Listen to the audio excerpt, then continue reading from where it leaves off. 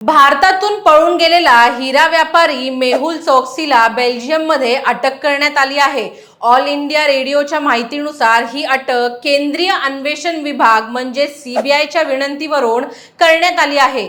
PTI या वृत्तसंस्थेने अधिकृत सूत्रांच्या हवाल्याने सोमवारी म्हणजे 14 एप्रिलला सांगितलं की व्यापारी मेहुल चोक्सी विरुद्ध ही कारवाई शनिवारी करण्यात आली। हिरे व्यापारी मेहुल चोक्सी आणि त्याचा भाचा नीरव मोदी यांच्यावर पंजाब नॅशनल बँकेची सुमारे 13,500 कोटी रुपयांची फसवणूक केल्याचा आरोप आहे।